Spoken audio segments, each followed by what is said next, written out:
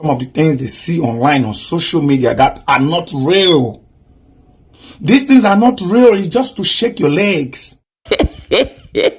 My people, they say when you see amebo dey pass, you know they stop. You dey continue dey work alongside the amebo. King Bright don allegedly call Laura Ikeji say na audio birthday gift. My people, wahala dey be compound no. Anyways, my people, if this is the first time you're coming here, you're highly welcome. If you have been coming here and you've been watching, you've not yet subscribed, please do all to subscribe to this channel.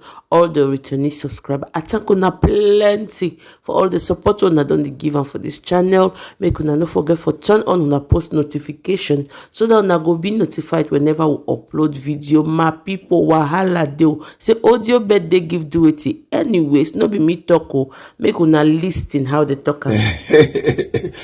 Listen, I'm making this video to save some people from going into depression because of some of the things they see online on social media that are not real. These things are not real. It's just to shake your legs. And for you, gullible ones, you fall for these things. I saw a post of a lady, a Nigerian lady, online, that it was her birthday and the husband gave her 3 million to celebrate her birthday. Some will say my husband gave me private jet. Some will say my husband bought me a house. Only for you to go home and be disturbing your husband that has been trying for you and the kids. Your husband that has been making sure that there is food and bills are paid. Nothing on social media is real, my sister. Chill. Don't go into depression because of what one woman is showing on social media.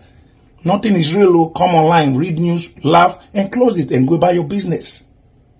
People na don hear for una self, no be me talk am o. Na King Bright talk am. He say wetin we dey see for social media now na audio giveaway, audio money, audio birthday gifts. My people, una know now. This our sister wey na Laura Ikeji is celebrate im birthday yesterday. He talk say he wake up to 30 million naira as a gift from his husband, my people. What you not think about them? See, the birthday gift is shake social media. That means the table where this birthday gift shake then again, he get another company where it work for my people. They give them brand new car and 3 million naira join. Hey, my people, who say I beg I want to be a brand ambassador. No, be only me one go forehand for this social media now. My people, anyway, before one dive inside the cracking of the matter, make we celebrate this Laura Ikeji. Na owner for fashion boutique. Una know na Laura Ikeji. She is sister to Linda Ikeji, another Nigerian big blogger. My people, I want to celebrate you. I want to celebrate you. Happy birthday. Say plenty here you go at. Say you go stay for corner your 2 children when you don't born them as a blessing, and they go become a blessing to you. Yes, my people. But not be because of that to come here. We come here because of amebo. My people. Now true say myself I like amebo. I see this one, I say, nah. I no go let people go so. I must talk calm. I must give my own.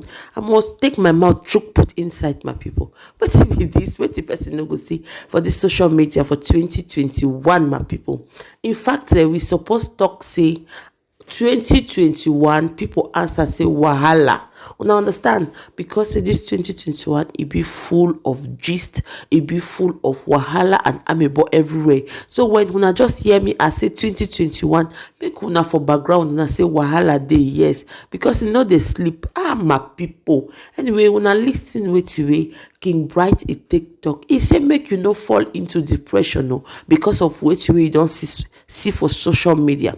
Make you no go embarrass your husband. You give your husband sleepless nights because of which way you see for social media. Not be because say person in husband he give him 4 million, 3 million, 20 million way. You go meet up your husband. They pressurize and say, no be na your mate he give you woman 20 million so, or no be your mate he give you woman car for her birthday. Wait to be different. Those people gain a 1 head or they gain a 2 head.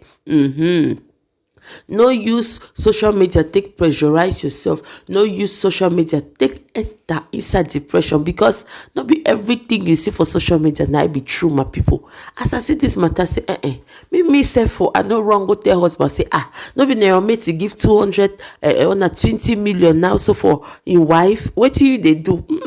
My people, I cannot do that one. I cannot go into depression. Neither I fit push my husband for go put his hand for way place where e no suppose put, my people.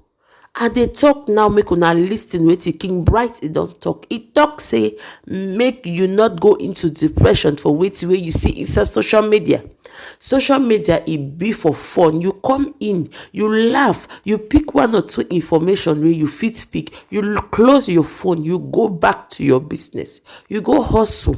Yes, hustle. No be only husband suppose give you birthday gift. Even you supposed give husband birthday gift. Even you supposed give yourself birthday gift, my people. I see this matter, say make I run. Jeje bring and make us scatter am for table. I'm about the sweet. If you go for comment section, some people they say, I cannot use my hand to kill myself. For say this social media, I no go kill me. Fake life too much. Fake life full. And be Bobrisky, if you talk say fake it until you make it. Hey, my people keep faking. Oh, social media go give you high blood. It go give you high BP. That is what you not supposed to get before social media go give you. If you want to take everything where you see for social media serious, my people. This King Bright, he talk better thing, Jay. He talk say make una no give una self into depression. Yes, my people. Even if no be audio, una understand, even if no be audio gifts, no be audio money, I want just talk say make you no see person life you envy, and because you don't know what the person they undergo behind closed doors, my people. Make you enjoy your own small life, make you hustle, keep forging ahead, my people, so that yourself go give yourself better gifts, my people.